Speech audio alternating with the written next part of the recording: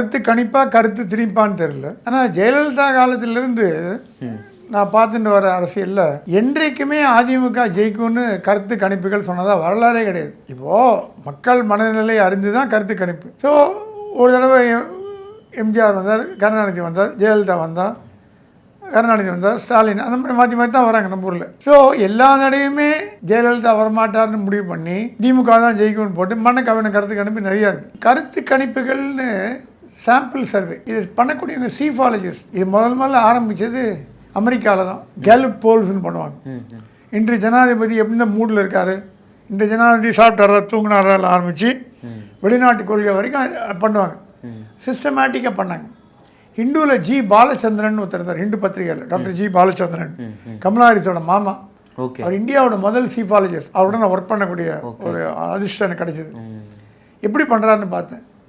கிராமம் ஊர் ஊராக போய் நகரம், ரெண்டாவது A centre, B centre, C centre, குக்கிராமம், வில்லேஜ். நம்ம என்ன பண்ணுறோம், சென்னையில் ஒரு 4 கான்ஸ்டிடன்சி, திருச்சி ஒன்று, மதுரை ஒன்று, ரிப்போர்ட்டருக்கு ஃபோன் பண்ணி கேட்க வேண்டியது, அரசியல்வாதி கேட்க வேண்டியது, இவங்களே முடிவு பண்ண வேண்டியது. நான் எல்லாரும் சொல்ல பொதுவாக டி ஓட்டர்லாம், இந்தியா டுடே, NDTVலாம். ஆனால் எனக்கு தெரிஞ்சு இதில் நிறைய பயஸ் இருக்கா மாதிரி ஒரு ஃபீலிங். ஏன்னா கருத்து கணிப்புகள் என்றுமே சரியாக வந்ததில்லைன்னு என்னோட கருத்து.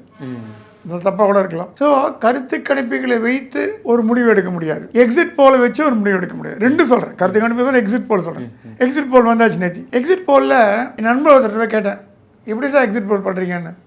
சார் 10 பேர் கேட்டால் 8 பேர் பதில் சொல்ல மாட்டேங்கிறோம். எக்ஸிட் போல் என்பது ஓட்டு போட்டு விட்டு வெளியே ஒரு மக்களிடம் கேட்கும் கேள்விகள். யாருக்கு ஓட்டு போட்டீங்கன்னு அவன் பக்கத்து சுற்றி பார்க்குறான். அவன் அதே லொக்காலிட்டிக்காரன். இந்த பக்கம் ஆளுங்கட்சி, எதிர்கட்சி, மத்திய ஆளுங்கட்சி, எதிர்கட்சிகள்லாம் பூத் வெண்டர்லாம் இருக்காங்க. நான் இந்த கட்சிக்கு வாக்களித்தேன் சொல்லிட்டு அவனால் உயிரோடு இருக்க முடியுமா சொல்லுங்கள். ஸோ அவரே சொன்னார், தயங்குறாங்க. தனியாக கூட்டு போய் பேசினா கூட மற்ற கட்சிகள்லாம் அவனை கூப்பிட்டு என்ன சொன்ன நீ அப்படின்னு கேட்குறாங்க.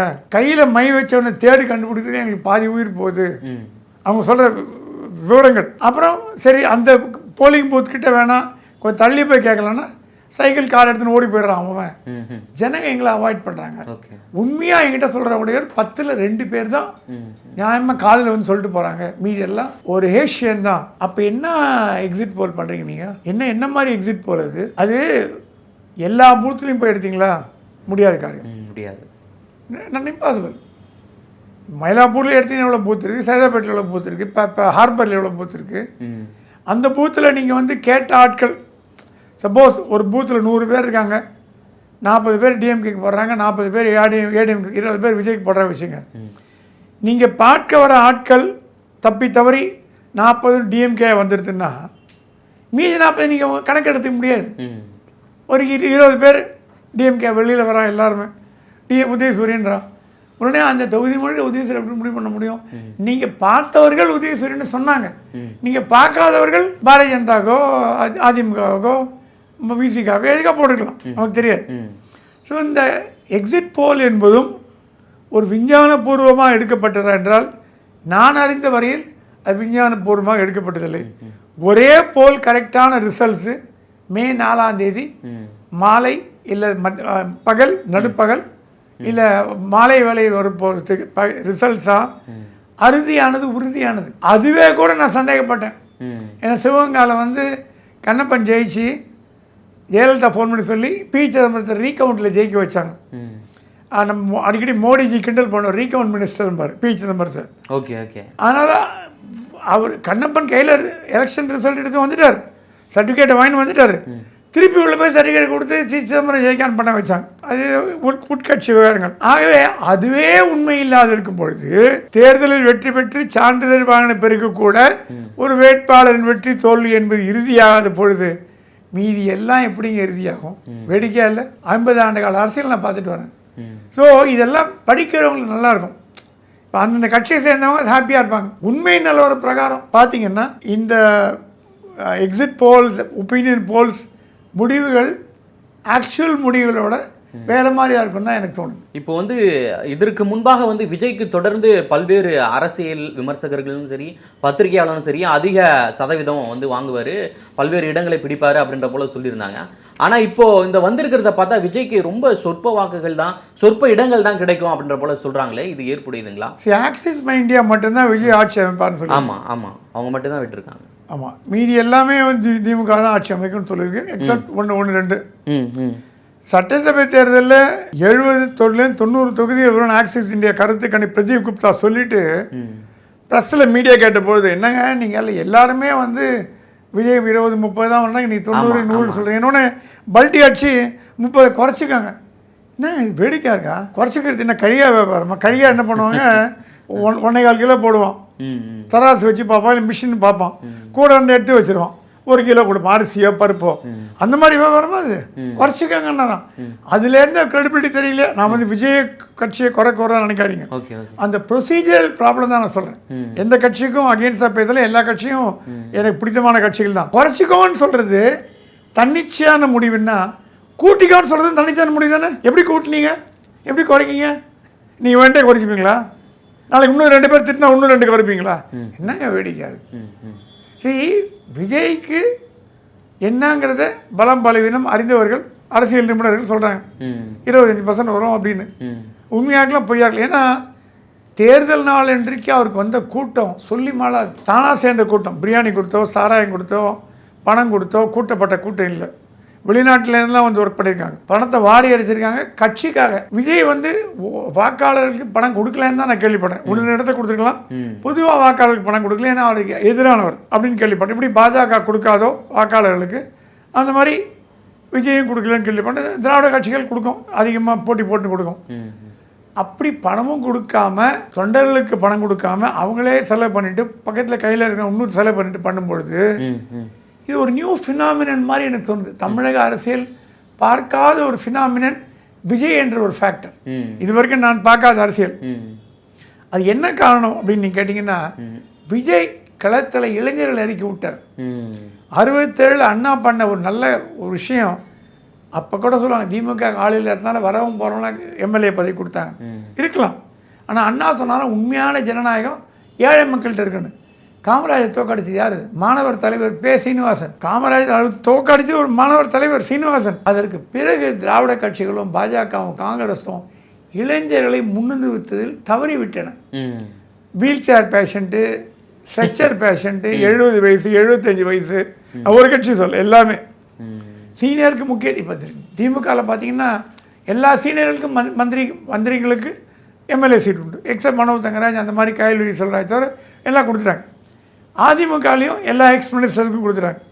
பாஜக retired governor, retired union minister, retired serving union minister எல்லோரும் கொடுத்துட்டாங்க. விஜய் மட்டும்தான் முதல் தடவையோ, அண்ணா அதை யாரோ சொன்னாங்க 97 அண்ணா பண்ண மாதிரி இப்போ விஜய் பண்ணியிருக்காருன்னு. அண்ணா ஒரு ரெவல்யூஷன் பண்ணார். 67 திமுக ஆட்சிக்கு வரணும் அவரே எதிர்பார்க்கல. எதிர்பார்த்தாருன்னா அவர் எம்எல்ஏ போட்டி போட்டுப்பார். சவுத் மண்டல எம்பிக்குன்னா போட்டி போட்டார். அவர் எதிர்கட்சி அவர் நினச்சி போட்டி போட்டார்.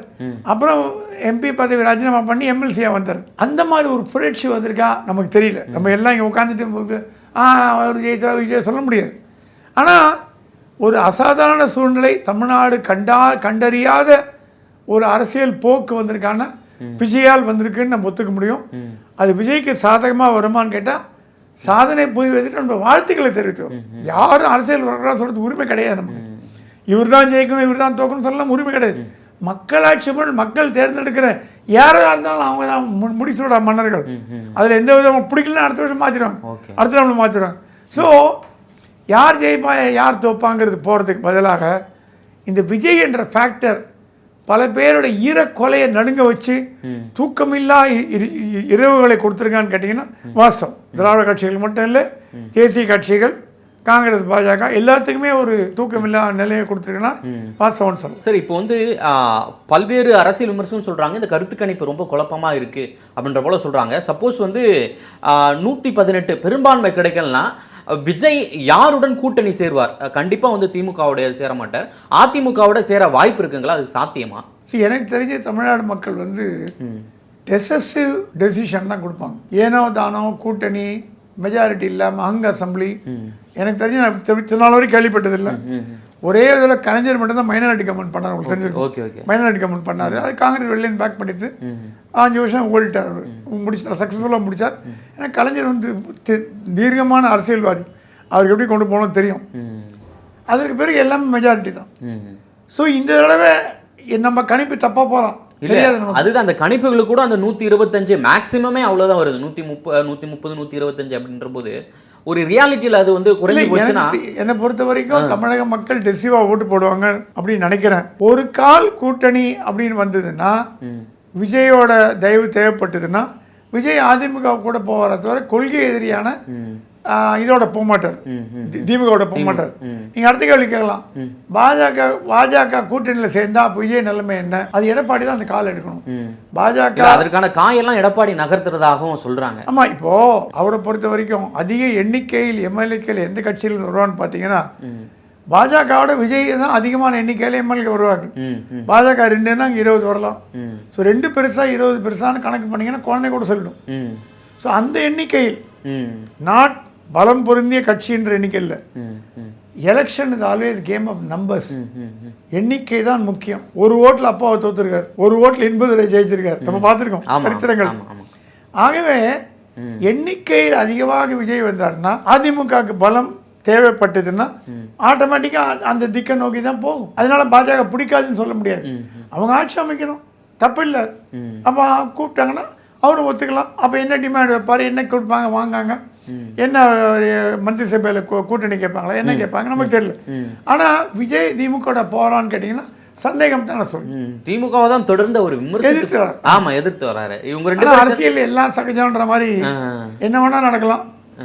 இப்போ விசிகாவும் விஜயம் ஒன்றா சேரலாம், காங்கிரஸ் விஜயம் ஒன்றா சேரலாம், எம்டிகே வந்து மதிமுக திமுகவோட இணையலாம், மெர்ஜாலாம். தேர்தலுக்கு பிறகு தமிழ்நாட்டு அரசியலில் பல்வேறு மாற்றங்களை கூட்டணி கணக்குகள் மாறுமான்னு கேட்டிங்கன்னா கண்டிப்பாக மாறுன்னு தான் சொல்லணும்.